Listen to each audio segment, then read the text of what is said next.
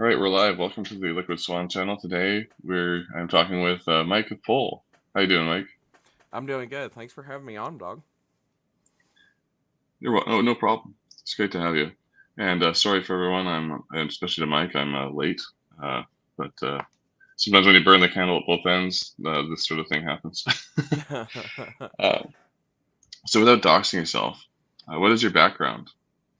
well, that's kind of interesting. So I come to like this sphere. I mean, politically, from the gun printers, right? I was Mm-hmm. an avid follower of Cody Wilson, and I became kind of fascinated with his ideology. He had rediscovered, I think, ideology in an interesting way that kind of arrested me out of libertarianism, because he would source a lot. I mean, he would even draw inspiration from Lenin. And you'll remember the Mm-hmm. days whenever even Academic Agent had his profile picture redone as Lenin, Yeah. but he would talk about the history of Lenin. He would talk about revolutionaries. He would talk about postmodernists. I mean, he was unafraid to kind of like bring in these different thinkers into what was ostensibly a libertarian project. And that just kind of conked my brain into thinking more critically about, um, political philosophy. And so that ended up bringing me down a rabbit hole. And now I'm just kind of here after a long time, just kind of like reading through the postmodernists, because that was something that I was kind of attracted to, specifically Baudrillard. Um, it's something that led me to a lot of similar thinkers that are kind of like closer to the sphere. People like Jacques Ellul, Ted Kaczynski, and then stair step my way down the libertarian to far right pipeline. So that's really where I come from, is kind of that sort of sphere. Mm. And what's your plan right now? Where are you still heading that sort of direction, or? Oh no, of course, yeah. I grow more far right by the day. No, I find I find it interesting to see how reading postmodernists from the right go, like people like Jacques Ellul, or not Jacques Ellul, Foucault, Baudrillard, Deleuze, and Guattari, because that seems to be a direction that I kind of want to explore more. How far right can you do a reading of some of these thinkers, like for instance Baudrillard. He is unabashedly reactionary in some of his quotes, like for instance the in the last book he ever wrote, before he died, before he passed away, The Mhm. Agony of Power, he had a quote where, just offhandedly, he said that Hispanics are literally cannibalizing the United States. And that I find that So true. interesting. Yeah, it's so true. I find that very interesting that these people that were in a milieu of total Marxist hegemony, especially in France, where which is the birth of postmodernism. Yeah, or uh, the birthplace of Hmm. postmodernism. The I find that very interesting that a lot of these people that were stuck in this reading Marx and finding ways to evolve Marx, um, basically just just threw stuff out there that was completely antithetical to leftward thinking. And this is something that even Nick Land had said. Nick Land said that the work of Deleuze and Guattari is not. It may have come from a leftist milieu, but it is post left in its direction, which or it is anti leftist in its direction. And I find that uh, I find that very interesting that there may be some new rhetorical frames that might be found there in order to bolster, traditional values, to bolster, right wing death squads, whatever it is, whatever's your pet project on the right. I think there might be a rhetorical frame that we might find there, or you might just think it's gay, and that's valid as well. So true. Um, oh, now my alarm goes off. Okay. Uh, so, how about your background? Like when you were growing up and stuff, like what was your life like?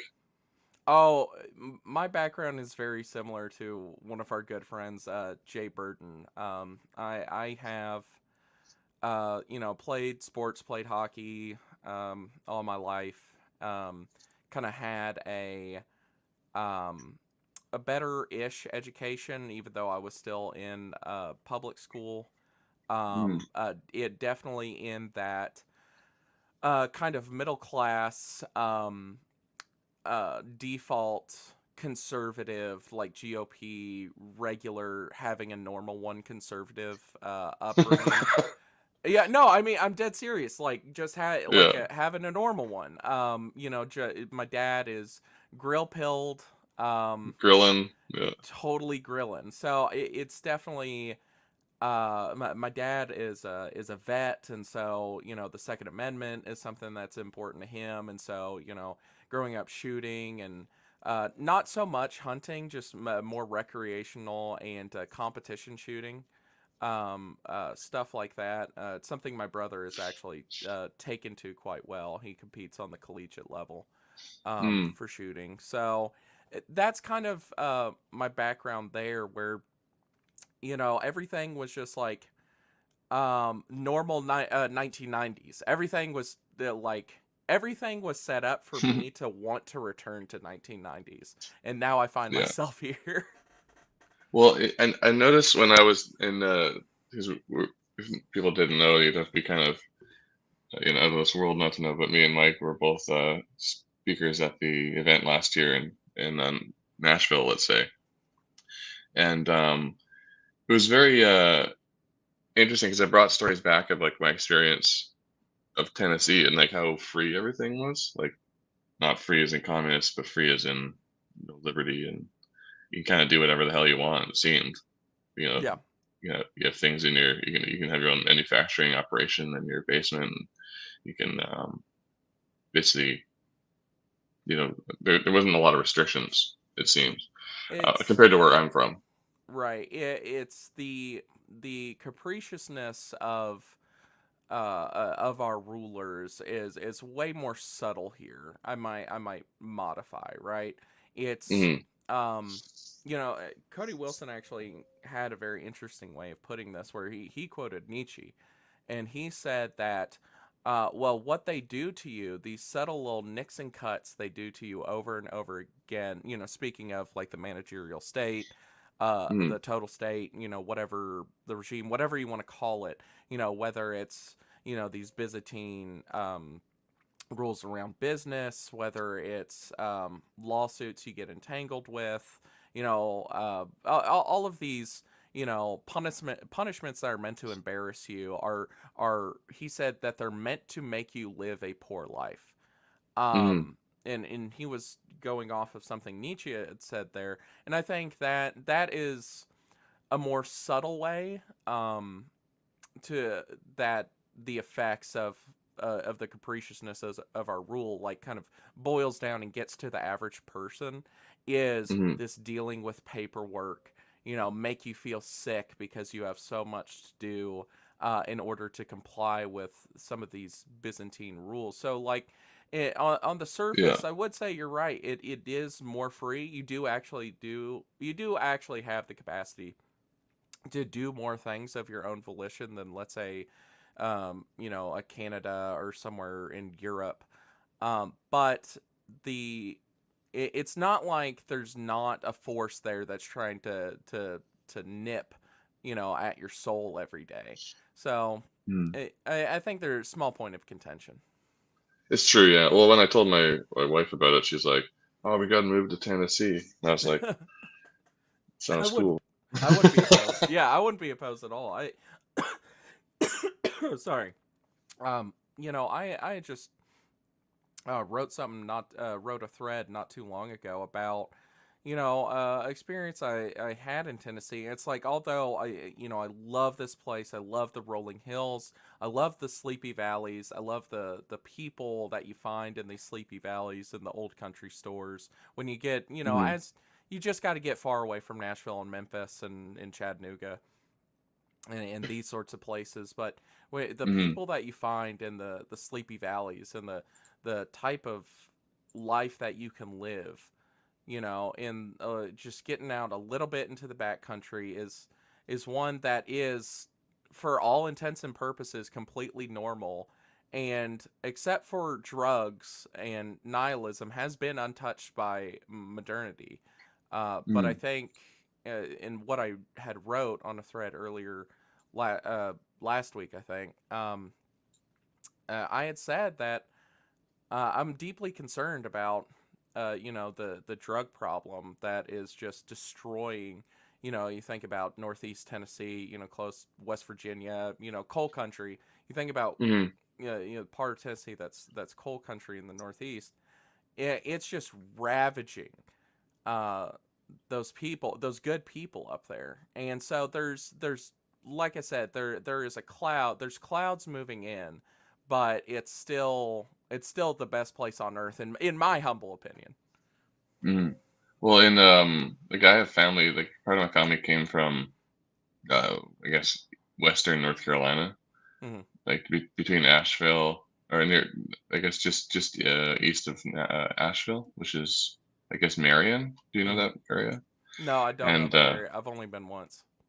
oh, okay, but that's not too far away, like compared to where I am now, from Tennessee. And I could get it. And it was cool too. People might not know, but I think we didn't we drive through a tornado or something. Oh yeah, for the after party, yeah. uh, yeah, we we we d- literally drove through a tornado to get to the where did we go? Barbecue it, joint. yeah, we went to a barbecue joint. It was really funny. One of my buddies, that was there, that I met at last year's conference, or the year before last's conference. He was right behind us, and he got stuck behind a down tree. He was like, he was stuck there for like 2 hours. Oh, it was so Yeah, bad. yeah, It was a nightmare. that was awesome. Um, yeah, it was a bit freaky. I was kind of like just chilling, but Mike had it under control. I wasn't driving, so Yeah, no. I thought I was just like, yeah, this is like kind of like weather here. It wasn't. It wasn't. It No, was. we do have some freak weather events here every once in a while, where we get a really bad storm, and then everybody has to get together and start rebuilding parts of town. Like, there was a part where, oh, Retronus, hey, how you doing, bud? There was a few times where tornadoes had whipped through and hit, places like Goodlettsville, or there's different parts of the states that every once in a while get hit with a tornado, and then all the troops have to be mustered, to kind of rebuild all of these buildings, Hmm.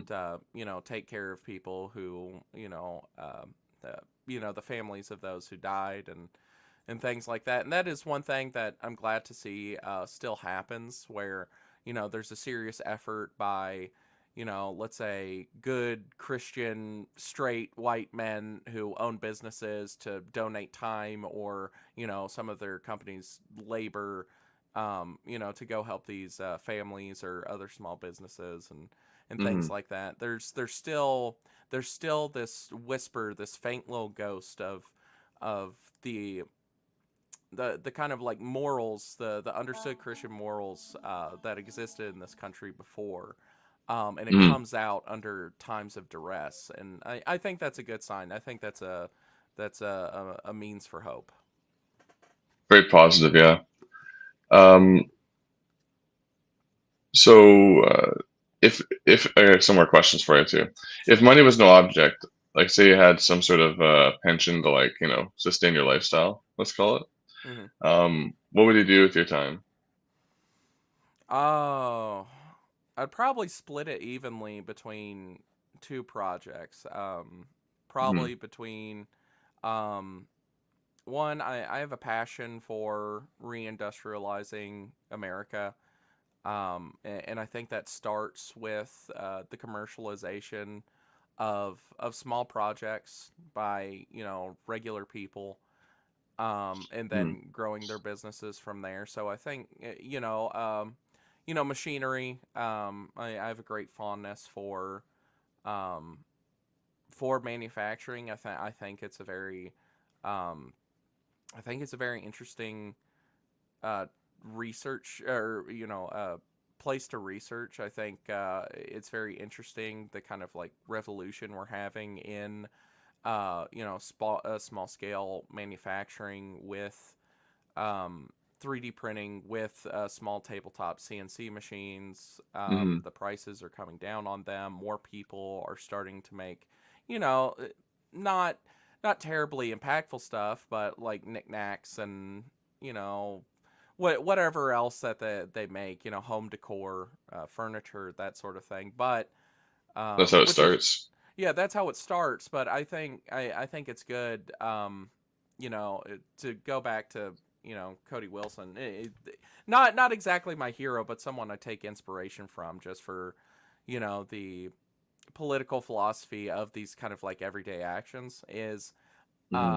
that that leads to the place where you have the capability to create these objects of political significance, right? And it's like his Hmm. project, of course, was the 3D printed firearm, and kind of leading that side of this fusion between unabashed political injection into what is strictly just a manufacturing research project. Like, can it be done? Can you actually like 3D print a gun? Is this possible?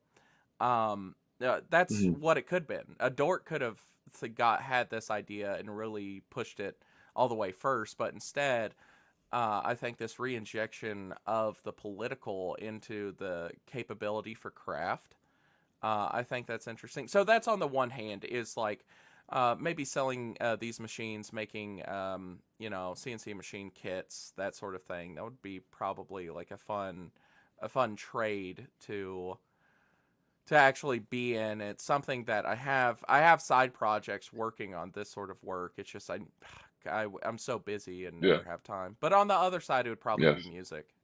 Just working on my music stuff.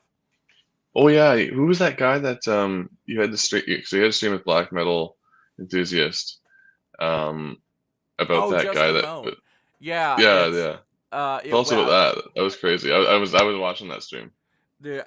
yeah, so for those of you who don't know, me and Black Metal did a stream reviewing the music of Justin Moan, with which, if you don't remember, he's I don't know, maybe like a 30-year-old kid who has insane levels of schizophrenia. And he ended up murdering his father and making a YouTube video where he bandied about with his father's decapitated head, and was talking about like Patriots Rise Up or whatever. And then after he filmed that video, he proceeded to go to a what was it? A National Guard base, and jump the Mm, fence, and where he was promptly arrested because they were like, "Oh, you're the guy that we're looking for. Okay, so you're gonna go to jail now." mm, And we're gonna figure out what to do with you. But during that whole time, I had read some articles that he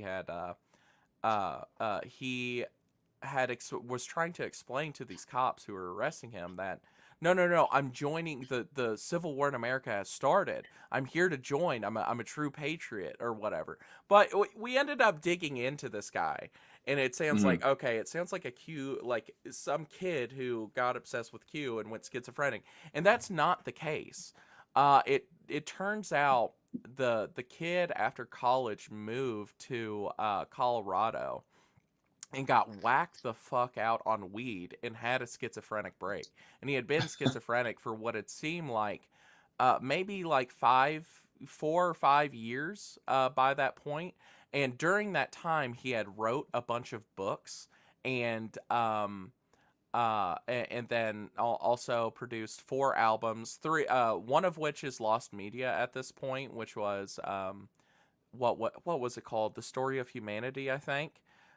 Mm. At this point, I haven't been able to find it, but I was able to archive 3 of his albums, and then my friend Capitalissimo of Tookie's Mag was able to archive the books that he wrote, and he basically was just having delusions of grandeur all the time.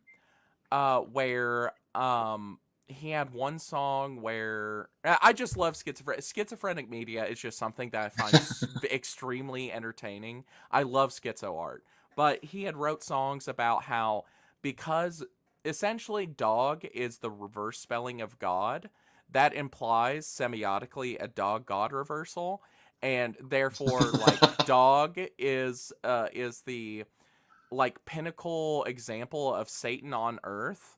So he wrote a song that was basically like, it was like Paradise Lost, you know, for like from the perspective of dog as like the embodiment of Lucifer and like how he views God.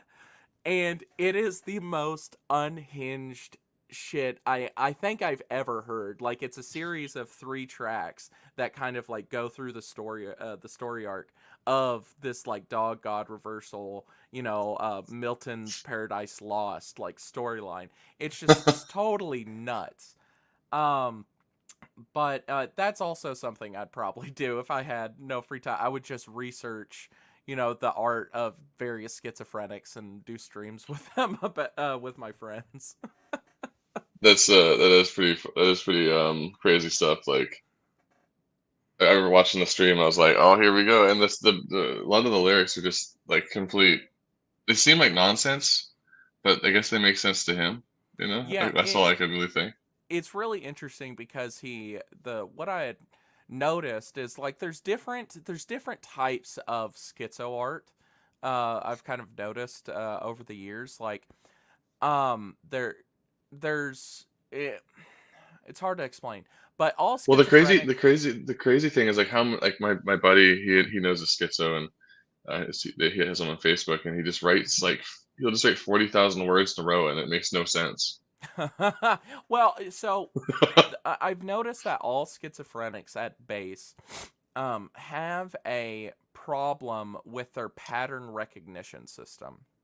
Hmm. So, and typically like their ebbs and flows into you know, being conscious, back to being subdued again under schizophrenia, right? That kind of oscillation that they have is what you're noticing from the outside is their pattern recognition system starting to fire correctly as they're on the upswing and close to being you know, cognizant again. And then Hmm. as they go back down, it's the pattern recognition system starting to fail again, and then Mm. reaching their lowest point of pattern recognition. But this takes like interesting forms depending on the particular person. Like, so for instance, you can have somebody like Maseretti, who was the second guy who set himself on fire, like in the news, not recently, but maybe a few months ago, who he Mm. set himself on fire outside the Trump trial, outside the courthouse. Oh So yeah, yeah, I remember him. me and Capitalissimo went through and read his Substack. So this was all an act to get people to read a Substack, and what the Substack was it's called the Ponzi Papers. What it Yeah. was just basically outlining his theory that Bitcoin was like a pivotal piece of financial technology in order for the elites to do like a fascist coup of the United States. And like he was connecting a bunch of dots, basically saying that, you know, Peter Thiel, Elon Musk, Trump, and Biden are all on the same team. Which I find that so interesting. Like sans Trump, I think that's very interesting. He was able to construct from completely erroneous premises, like completely obsessed in pattern like overfiring of pattern recognition, to bring Mm, all of these red pieces of string back to, Bitcoin and the cryptocurrency market being a pivotal part of like engineering the wider economy, and therefore all of the rest of the political actors in the system, all the powerful people, are on the same team, when in fact, like, I think broadly in our view, we can see that's generally true. Just look at the yeah. UK with I mean, it's readily apparent there that everyone is on the same team. It's ultra liberalism, either driving the speed limit or right now.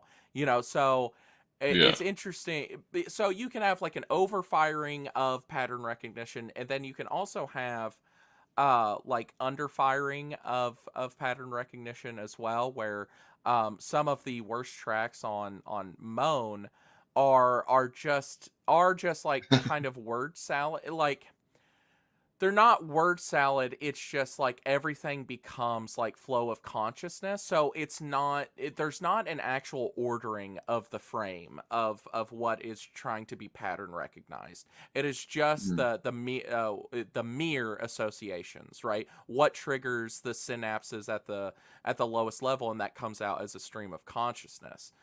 So I find that I'm not a psychology respecter or therapy respecter or anything like that, or even a Freud respecter.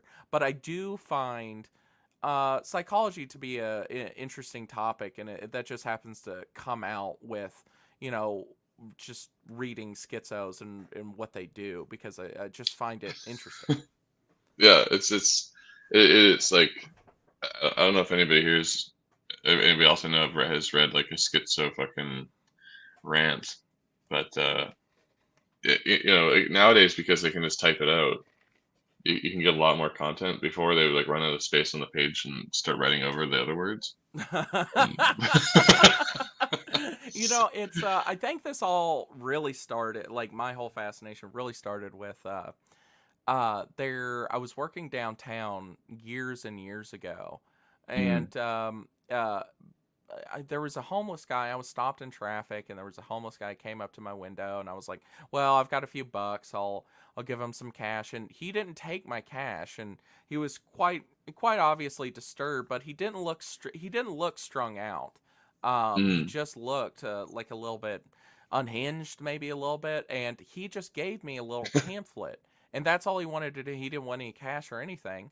And so I was like, thank you. And I saw that, there was some Christian imagery on the front. I was like, okay, that's good. At least he's found God. And when I got parked at the job site, I started thumbing through this like little 6-page leaflet that he Yeah. gave me. And basically, imagine a crossword puzzle, but the entire grid is filled out, or it's not a crossword puzzle, it's the find the word puzzle, where you Yeah. have a huge block of text, um and then you're supposed to go through and circle where that you find words.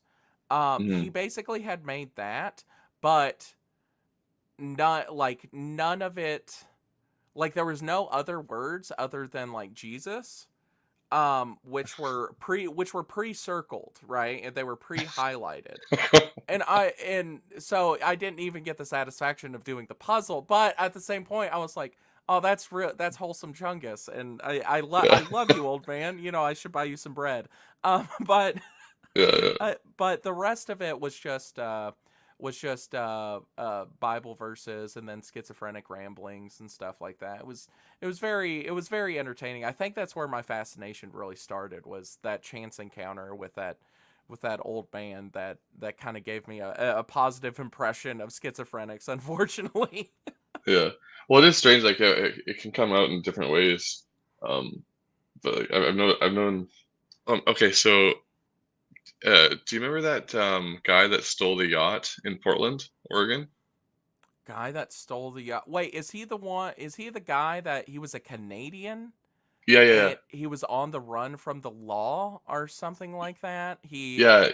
and he got I think he got apprehended by what was it? Was it National Guard or was it Coast Guard or He got somebody? rescued by Coast Guard, yeah, and then he got sent to a hospital, and then he went to a homeless shelter, and then the police picked him up. Yeah, I remember the story, but the you're gonna tell me some crazy twist like you know the guy or something. Yeah, man, I played baseball with him when I was. I know his sister, Oh well, and oh you must have told me this story. This is how I oh, remember okay, okay, this. Yeah. yeah. I just some reason that just reminded me, but he doesn't have like the longest schizo. He's like schizo for people that don't want to read read a lot. But so he was obsessed with this woman, and he just like crossed the border because he's like obsessed with this woman that lives in Seattle, and she like moved to Portland or something like that. I don't know the whole story. Maybe not even Portland. And she was trying to escape this guy, and he went down there and just like crossed. And that's obviously illegal, right? And then he had like $250 in his pocket. I guess it was burning a hole. So he friggin' paid for a charter, a fishing charter, and caught a fish. But he's just like some homeless guy basically. So what's he do with the fish?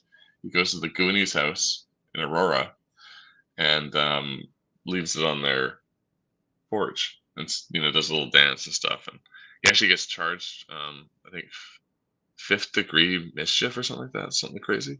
Hell yeah, Um, dude! All my homies respect Fifth Degree Mischief. That's a good show. If that was the only thing on my no, I take that back.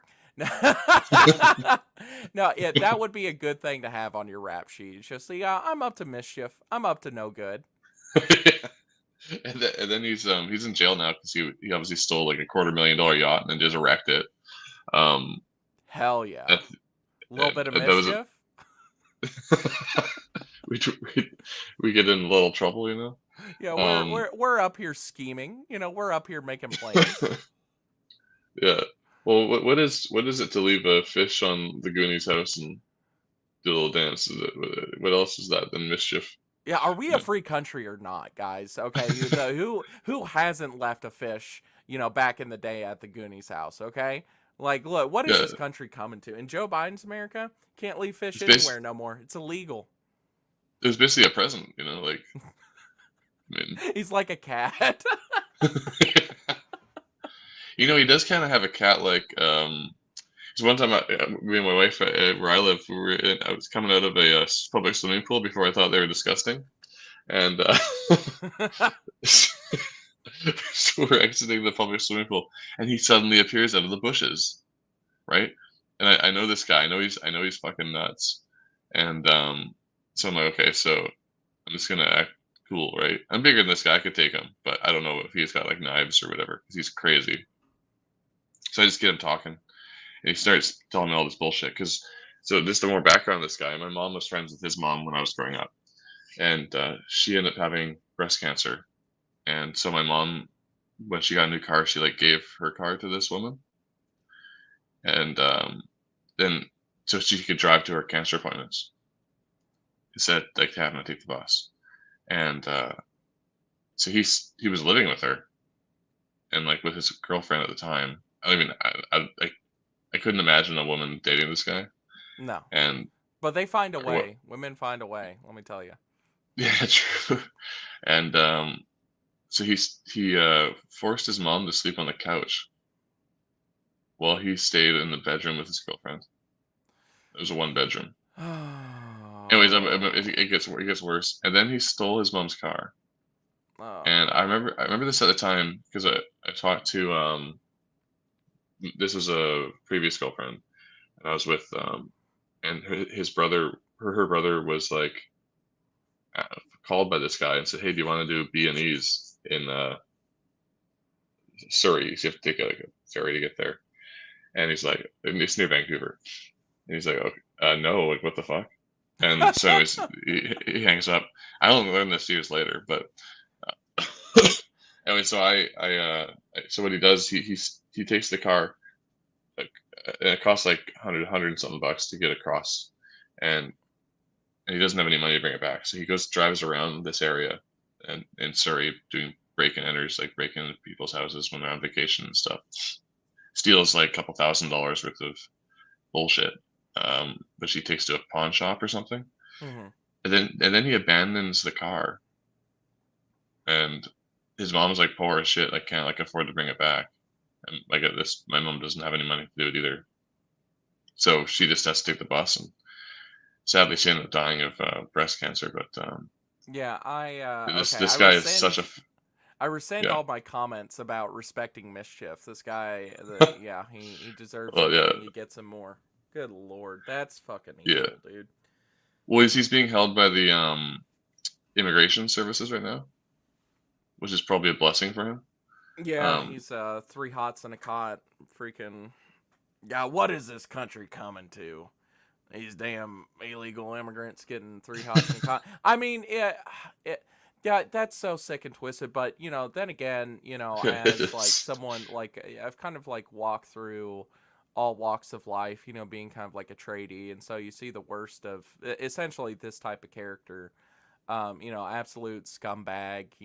Just you know more evil than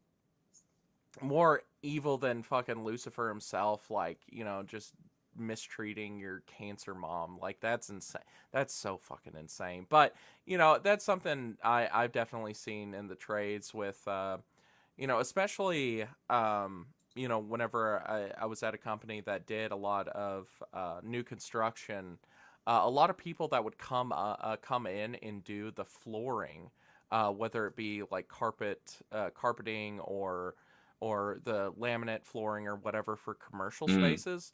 A lot of the people that do that trade are just like a family, or yeah, basically it always works out like this.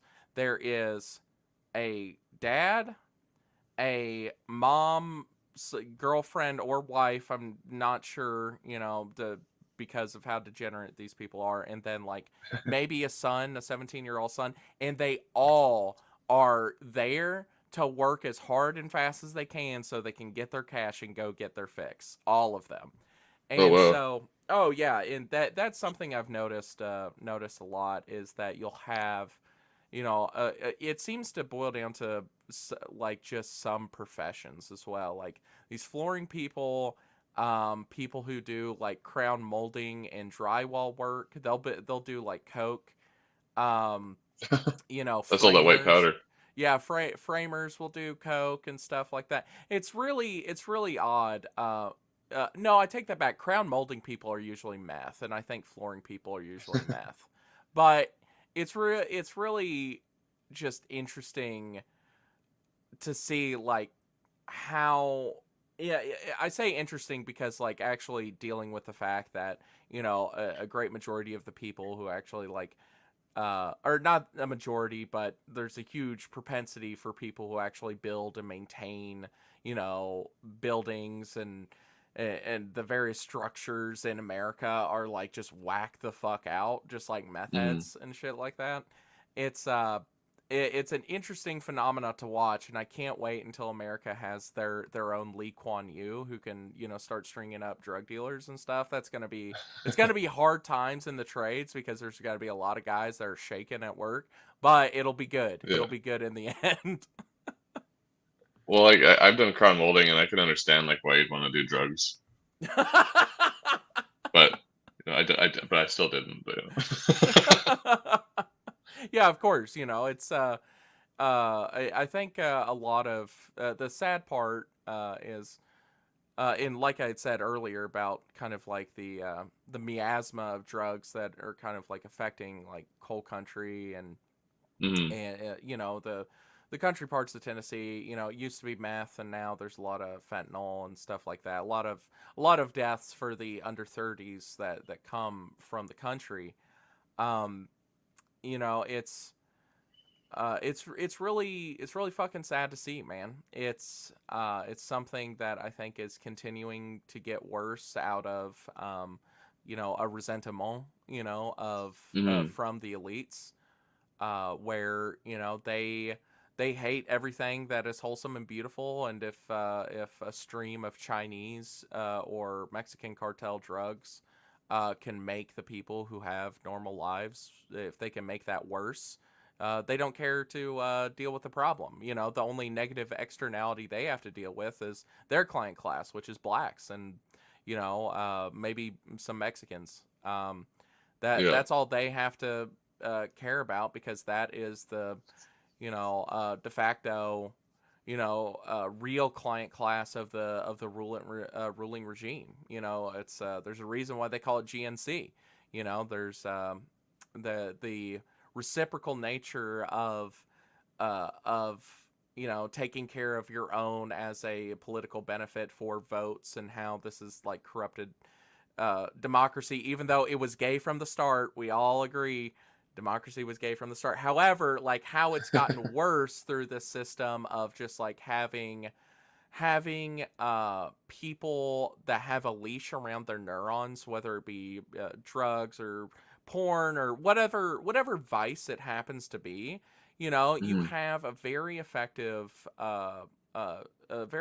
leash, from the perspective of the ruling class to lead these people around by, especially the people that are poor or really can't help themselves, or maybe are not of enough intelligence to actually see what's going on, that they're the society is constructed to be a sales funnel for hell, essentially, Mm. and you're gonna be a whipping boy for somebody else in the meantime, until you get there, while you're on the journey down the sales funnel.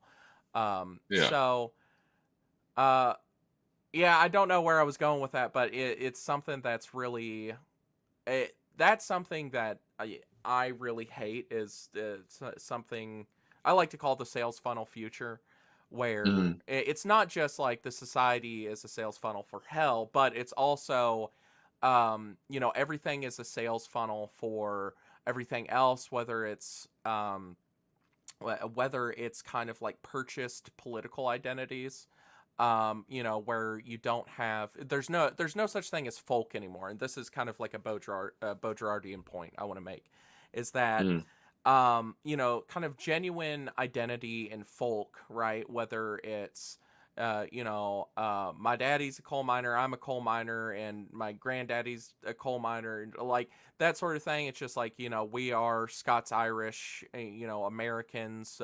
We fought in every war. That sort of family story. Mm. And how that ties into like how those people would vote Dixiecrat.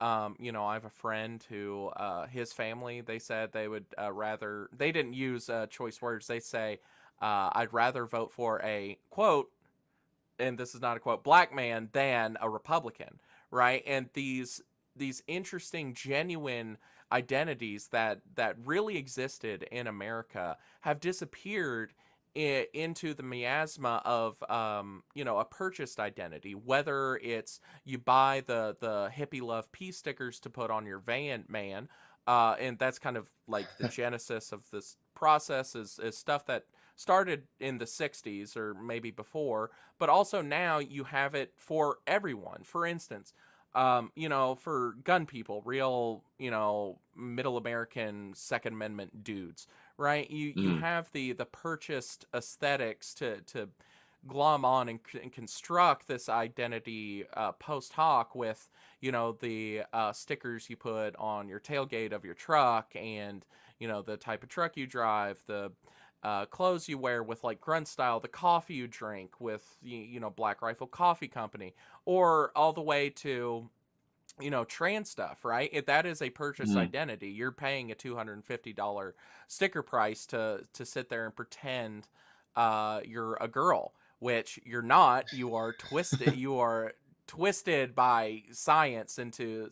I can't remember the whole copy pasta, but you know where I'm going with that. It's Yeah. Yeah. everything is a sales funnel to this kind of purchase your way towards something genuine again. You want to feel something genuine, you can buy your way to it. You just have to have this constellation of objects on you and around you, and kind of exude the certain social character, and then you will become what you want to become, right? And Mm. this is something that I hate. And this is something I think reading the postmodernist has made me very acutely aware of, is the sales funnelization of everything, and especially what is genuine history, family, identity, belief, faith. Hmm. These sorts of things have been commodified, and I'm not a communist, absolutely not, but Hmm. I do think there is a reading of what some of the left has written about this specific process that is true, and even like people on the far right have written about it in the past. Like you think about oh shoot, the Reign of Quantity by shoot, why am I forgetting this author's name? Frick.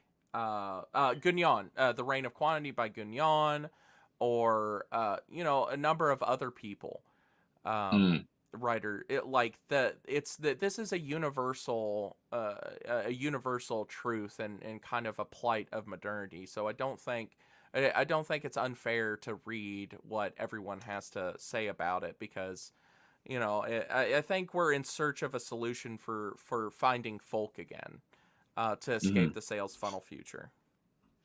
Yeah, it is hard to have that, what do you call it, genuine identity these days. And well, actually, I don't think it's that bad. I think that the problem is we've lost our sort of natural pathways to those things. Before, it was sort of you're part of a community, yeah, you had a family, your dad had a certain. A lot of the stuff had to do with like, well, except for maybe the 50s, where like boomers learned their poisonous ways. People sort of had like their own natural sort of community to go towards. Like they'd have a direction that they're going. There's always exceptional people, of course, but like you can't really prevent exceptional people from being exceptional, um, Yep. if they truly are. Uh, but for the average guy, um, there was a place for him to go. There was a girl sort of ready for him, or like a couple of them, And there and was a factory, and there was that he could work at, and he could be, a manager, an engineer, or a draftsman, or like all mhm, this stair step towards, like you're saying, the genuine embrace of like your role in life, because I do believe in strict, the hierarchical nature of society. There are castes, there are people who are born to fill a certain role, and whether you're going to sweep the shop floor, or you're going to be drafting the prints that get sent to the machinist, or you're the machine, like uh, and this could be with any job, or any community, where whether or not you're the grandma that sees after the kids that are running around in the field behind your house, because that's where all the neighborhood kids, like, there are mhm, these natural roles of society, whether it's the nosy neighbor that minds the kids whenever they're playing outside, whether it's what you do for work, whether it's who you love, who you marry, all this stuff that was genuine in the past. It has I think it's that's a particularly keen example with, like, there was a stair step to, like, there was a girl out there and you could have some kids, and it's like, well, even now that's been commodified, and I think in part by, no, I won't say the right, but the elements that kind of orbit the right, with the wholesome chungus, mommy milkers, trad wife posting, like, where yeah, this commodification of, like, the sign, the symbology, the feeling behind what it's like to have a trad wife is something for you to just plug into your dopamine receptors every once in a while, mhm, through the screen. And in fact, this is now this, like, kind of commodification through this system of basically, like, observation capital, or spyware capital, where on social media, in fact, thank you, Mr. Graves. um the the commodification of it is actually interesting, because social media, you are actually the product in the system of, like, the advertisement networks, and but also that kind of goes into feed to go back into a feedback loop to pay the people who kind of create these like dopamine trap niches as well. Mm. And so this is plays into ideology as well, because that kind of feedback system of like on social media, the observer is the product to be sold to advertisers. I think that's interesting to see how the um the kind of like new stage of rhetoric politically that we're at has kind of developed out of this regime. So, for instance, you can see the era where we changed over from the most political debate on YouTube in like the 2000 or late 2000s 2010s was like the atheist versus Christian scene, right? And that Mm. played into a little bit of political ideology. I would say a small bit, with kind of like the general um, metropolitan anti-hick, anti-middle America stance of the atheists, but the the kind of rhetorical acumen actually increased as the dopamine trap kind of lost its effectiveness. And then we got the march of the tankies and the various political streamers, the Hassans, the Destinies, and then eventually, like now, we're kind of catching up to that level where the kind of rhetorical frame it was birthed out of this system of the reciprocal, the like spyware capital thing. Mm. I think that's an interesting phenomenon to see, where like a lot, I would say, especially like Hassan or Destiny, um, they are completely fake people. I don't even know what they genuinely believe, because they're just there to do the rhetoric dunking. So it actually makes it more convenient for them to kind of be this kind of slimy individual that can just kind of like flip the rhetoric and do kind of these word games in order to to secure their bag, essentially, to make sure that their advertising dollars and the ideology that comes from them is completely manufactured out of this system of them just trying to say the right thing to secure the bag. Mm. Very, very interesting stuff. I don't know what to make of it now, and I don't know what people who are right-minded can do to take advantage of this, because like I genuinely have a mindset that the way to attack a lot of these problems in modernity is to be evil enough to do good.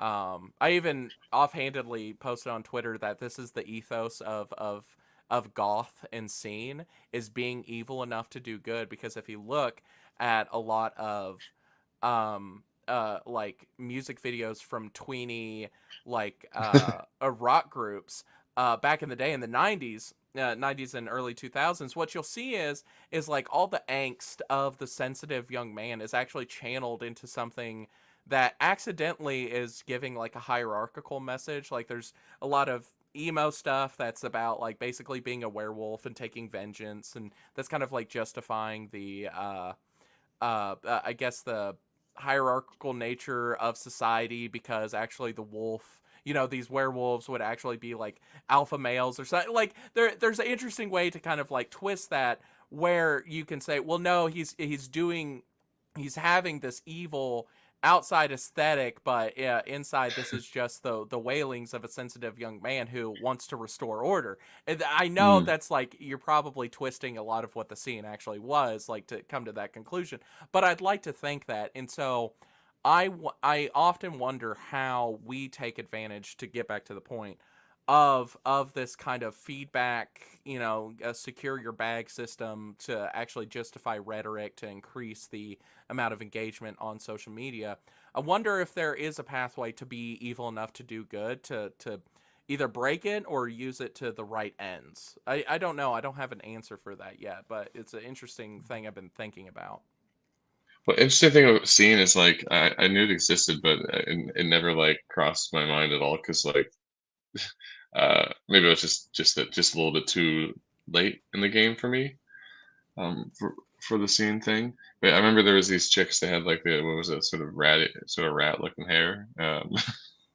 They would wear like black makeup and I don't really know how to describe the clothes, um, but if you, how would you describe that? Um, are you talking about like they were wiggas or I'm not sure. The ones I knew looked like almost like emo. It looked like emo a little bit, but emo? Oh, the genre of emo chick. No, it's there's different subgenres of emo chicks, but I'm trying was scene one of them? to scene Was chicks. scene were scene chicks kind of emo? I Yeah, honestly can't remember. scene chicks are emos. They're the one with the side swoop, bang hair, Yeah, and yeah, stuff like okay. that. Emo chicks, you can have. There's a greater diversity among them. You can have, the shaved head, or you can have skin girls, which they'll have really odd haircuts where the back quarter of their head is shaved, but they still have the front half of their head and then also a rat tail in the back. You can have you get all sorts of like there's a whole constellation of these different types of chicks. Um Well, it is kind of weird though, because it kind of goes along with this idea of like destruction of beauty. Like I've noticed, um, part of them. I mean, I haven't noticed it so much in emo, but definitely there are some like that. But you know, those like college girls that like get the not hoop earring, gauges. the gauges, or the one where they like put on their nose. Like not like the nice little stud, but I mean like the cow one. So Oh yeah, the bull ring. Yeah. the bull ring, yeah, yeah. And like they make their hair all ugly and they basically make themselves sort of like poisonous. And Dutton goes into this. He says it's because it's like a evolutionary strategy where they're trying to keep the weak man at bay, so that only like um, essentially like rapists will go after them That's an because then they interesting know. hypothesis. Yeah, that I'm Yeah. inclined to believe this, but I will not have any malign talking about the about goth chicks and scene chicks because they hold a very important place in my heart because I just like them. And but I think yeah, but on the other hand, like I do think that there's some truth to I can't remember where it came from at first. It probably came from one of the boards. It probably came from 4chan, but this hypothesis that like goth or scene or one of these metal attached like outward aesthetics Mhm, is kind of like was the last bastion, the last gasp of a white culture. I mhm, find that a very interesting and compelling hypothesis because it was in any respect like how it still exists definitely is like a strictly kind of like white normative like coded culture like even with the sort of metal even though it's become like kind of kitsch now, but like you see like these metal concerts in like Europe or something like that, and there's not an mhm, immigrant there mhm, anywhere, right? Or even metal concerts like here, and like one I went to with a black metal enjoyer, like there was like definitely some black skinheads there, like sharps. I don't know if you're familiar with this, but skinheads against racial prejudice, and so they're kind of like an inclusionary skinhead kind of scene, but they're a small group, but like a couple of them, but What like the fuck? otherwise it's all just like really buff white dudes with tattoos who are like really about it. You know what I mean? So I find that interesting that I am pro this sort of thing, this kind of like I do enjoy low culture, and so some of these low culture affects I enjoy. I think they're good. I think that's an expression of genuine folk. Um, I don't think that's sales funnelized as Mhm. much as some of the other stuff like trans or sexual identities or whatever we have today. Do So you remember the original Trailer Park Boys series? yeah, I didn't watch a lot of it, but I am familiar. I got called Bubbles because of my glasses a few times Oh when I yeah. first started. Yeah, when I first started like working in the trades, I did get called Bubbles. Yeah, yeah. I think that there was something genuine about that show at the beginning, because obviously it's a comedy and it's mocking these people, but I think it got popular because people saw a little bit of themselves Yeah. in these people, like the struggle. Um, Or yeah, even or even like Letterkenny, like I guess in the beginning, because that's like yeah, at least from the outside looking in, that seemed to be, because I like Letterkenny, and that seems like a genuine expression of kind of like the weird goings on that you have from the country Canada dudes. You know what I mean? mm, So I think that I think a lot of these media projects, or a lot of these shows that at once had like some sort of like I guess genuine expression of this like last gasp of like this is what like a normal white dude like thinks. Like we have seen it completely die. Like there's been active subversion by the people in the media creation class to destroy it. Like every husband has to be like a total ditz, has to be a total dunce.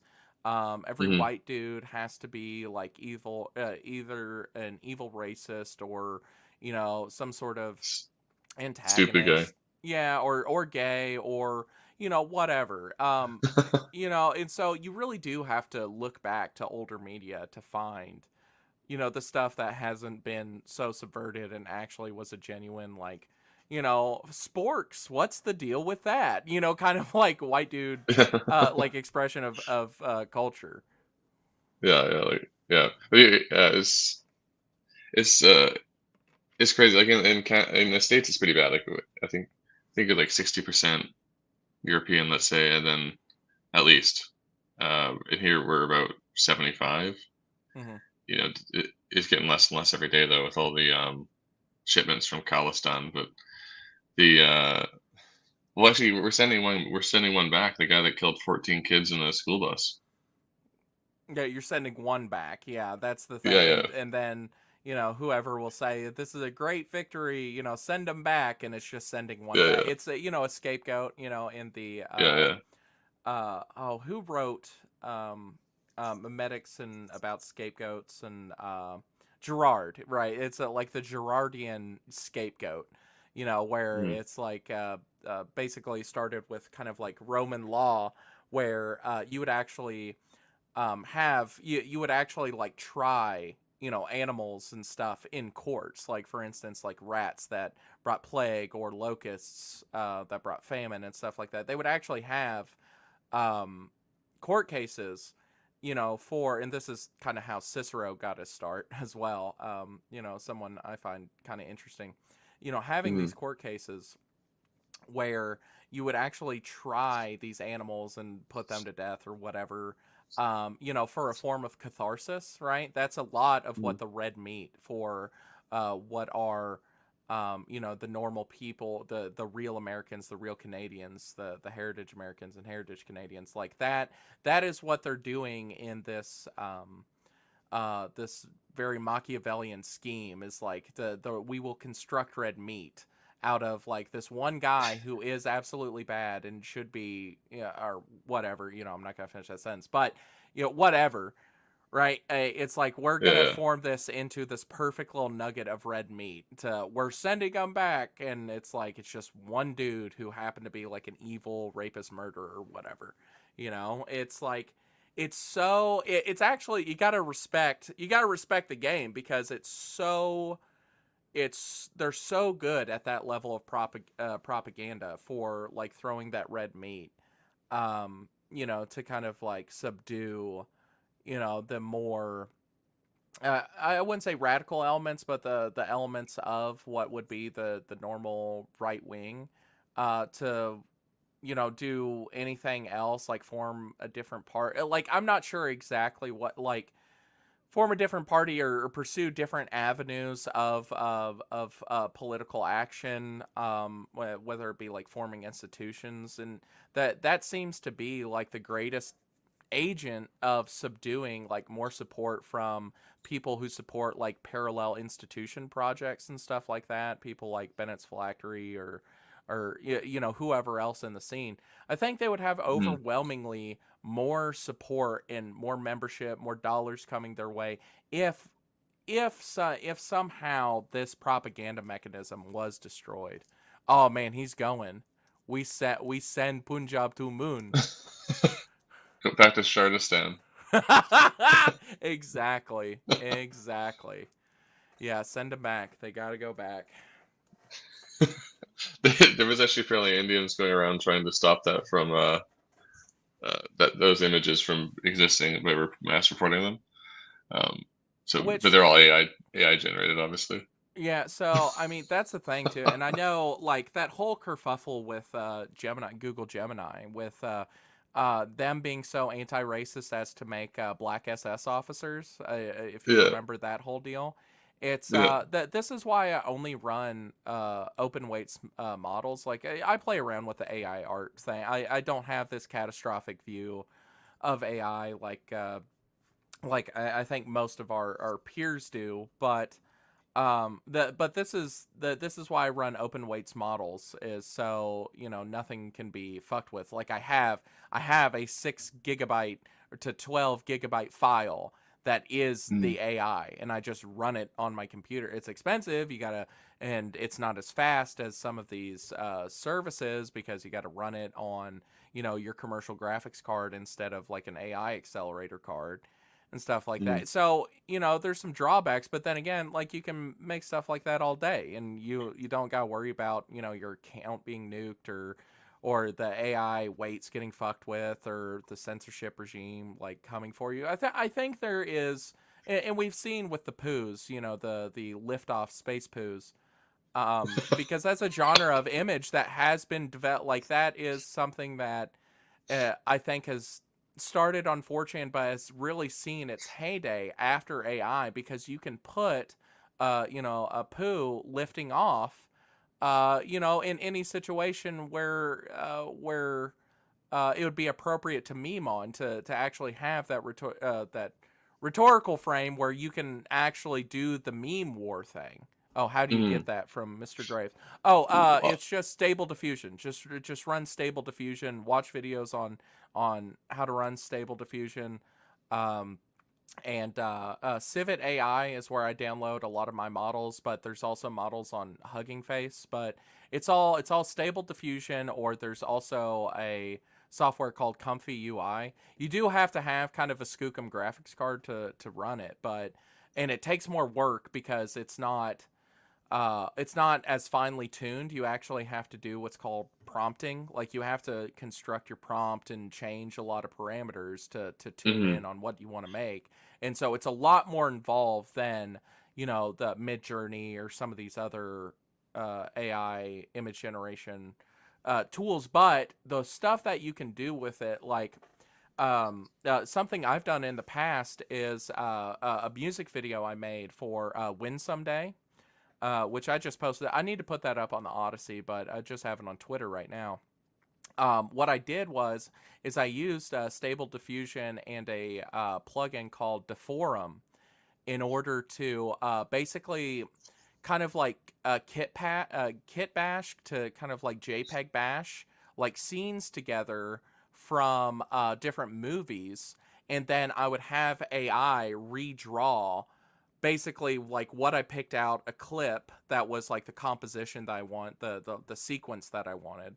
But then I would have the AI redraw the main character in like like a semi impressionist sort of style, and then it would redraw every frame, and then it would kick out essentially the clip, and I would take that in, and I constructed the music video from that redrawn clip. mm. Thank you. I use GPT-4 a lot. Love prompting. Thank you guys so much for your help and support. Of course, Mr. Graves. Of course, anytime. Well, I've actually made similar images to the Indian guy blasting off.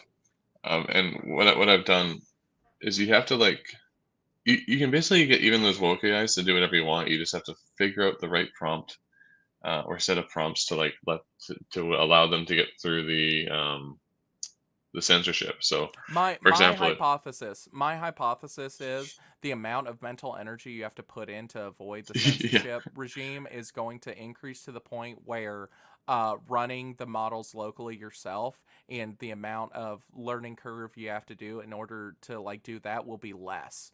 So I oh, for that sure. because they're trying to get the censorship revved up all the way to the max where there's no way of doing it. And they're working Well, hard. They've yeah. got people paid lots of money to figure out how to do it. But the problem, I think the problem is the more they do it, the less effective the AI is going to be, which in a sense, you're sort of doing like a martial art against it. And so, for example, for that guy blasting off, what I would do is I'd say Indian Superman, right? Because that sounds Good. Yeah, that sounds good. I love yeah, Indians. yeah.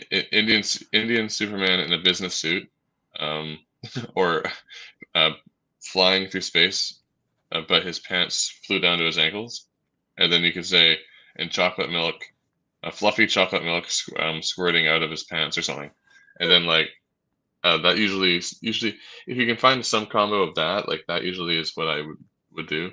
There's all different kinds of ways to get what you want, but yeah, it's a lot easier. I think it's a lot better to have your own system. But if you want a feng shui or tai chi the AI, then that's how you do it. Yeah, it's just my concern is especially with something like GPT, like Chat GPT, for instance. They I think I'm scare quotes have the best censorship regime whenever you're using the web app, right? Because they pre-filter your prompt, they change the wording of your prompt, they have a master prompt that wraps around it in order to like contain it, where it has like an instruction set and stuff like that.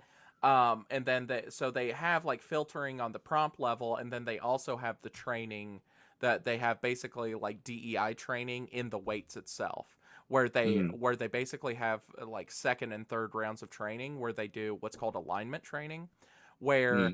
they will basically hand feed it a bunch of hand picked examples of like where you'll have it's not done by humans anymore. They'll have another AI that oversees the DEI training basically, and it will say, "Did you respond to basically this test question about like DEI or sensitivity or whatever correctly?" And they'll do second sets of training at the end in order to make sure that even if you can get past the prompting stuff, the Hmm. AI will be hesitant to answer. And you are correct that all of this safeguarding does actually decrease what like for instance what ChatGPT is actually good for is dumping out text or doing explainers or pointing you to resources, essentially using it like Google and maybe like assisting you with like a little bit of humdrum like text work. Hmm. That's yeah, as far as I can see, there are people that have used it in more complicated ways. Like for instance, I know there's a developer guy who plays around with this AI stuff a lot. And there was like a problem he was running into with his program where a user would input something, but there was no universal format for how to format what this input was. So what he did Hmm. was he made a block of code that would send the input to that form to ChatGPT, instruct it to format it in a particular way or to understand it, parse it, and then format it in a particular way, and then send it back to his program. So there are interesting ways to use the technology, especially if you're a developer, where you can use the API.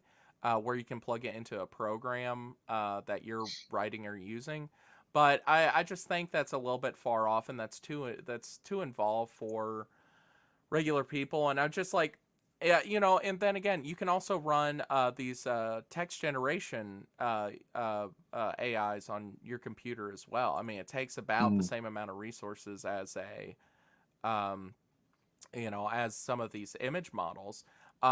Is it can you get the same performance as a chat gpt 4 or something like that? I would say no, you really need like $10,000 cards to do that. But there is something to be said about like having a ChatGPT 3.5 essentially, like just on your computer, and you can spin it up and run it when you want to do that stuff. Like I Yeah. said, I'm not an AI doomer. I just think this I don't think that it's actually using the ancient symbols of Satan or whatever. Like I just don't think AI is eschatological. I just really don't. I think it's the after effects, like especially with like self-driving and how that'll hurt trucking, and that's how like how a lot of white dudes like pay their bills. Like I think that's going to be horrible. It's basically going to be like any other technology where like these run-on effects are going to be the things that really fuck us. I don't think like AI is actually going to like eat us alive or turn us all into paper clips or something. Yeah, I don't think it will either. I think that's a little bit. I mean, you know, just like turn away from the screen, Nibba. Like Exactly, that sort of exactly. thing. But hey, we're running over an hour now, so I got one last question for you. Yep. What's a white pill you can leave us with? Oh, a white pill that I can leave us with. Oh, that's a tough one. I would say yeah, well, I mean, that's the reason why white pills are so valuable is because they're harder to find these days. They're more potent than red pills, especially what we're getting now. Like the red pills we're getting now are just like pink. They're like gas station dick pills and they make you feel weird. I'd say publishing the way that um the distant right broadly, like how many really good publishers we have, like especially as like a books enjoyer. um I think that seeing all of these great pieces of both fiction and of political theory being published, and we're getting more publishers online by the day. And all in fact, like other than the ones you guys probably already know, like Arctos and Antelope Hill, and of course uh, uh, oh shoot, Passage Old Glory Club? Press, Oh, Old Glory Club, or all of our other friends that are also doing publishing, mostly online and stuff like that. All of those guys, of course, buy their stuff, subscribe, all that stuff. But also, I want to shout out Caribbean Thule Publishing as well, because they are doing counterfeit reprints of the shoot uh God, why am I forgetting it? The book where all the Indians come and invade France. Um, oh, Invasion of the Sun or something? no, no. Hold on, it's on my shit. Hold on. It's on my shelf. Got me curious now. I literally just freaking bought it. Oh, Camp of the Saints. Good God, Camp of the Saints. Oh, Camp of the Saints. Yeah, they are doing. Yeah, Caribbean Thule Publishing. You can find them on Twitter. They are doing reprints of Camp of the Saints. And I'm pretty sure they don't have the rights, so they're running on the ragged edge of the culture war. And I got my copy, and it's a perfectly good print. I like it, but mm. yeah, no, it's I think that's the white pill I'll leave us with. I gotta get through the rest of my book so I can actually read Camp of the Saints. But I did buy the book, and I think that's really good, seeing how many dick in the dirt. Just I'm gonna grind it out and just print a bunch of books, and I'm gonna sell them. I'm gonna sell these books. I think that's really good, especially if you're a book enjoyer. I'm really happy about that. Yeah, because like yeah, a lot of these are hard to find. Like a lot of times I have to order stuff from India, and it's like okay, that sucks. There's a lot Yep. of it took like 3 months, and the shipping was like ridiculous. Anyways, yeah, it was great chatting with you, Mike. Hopefully we'll do this again soon. Um, you've been great, and thanks for being such a bro. And when I was over there last year. No, no, you're all good. You're all good, man. Thank you for having me on. Take it easy, man.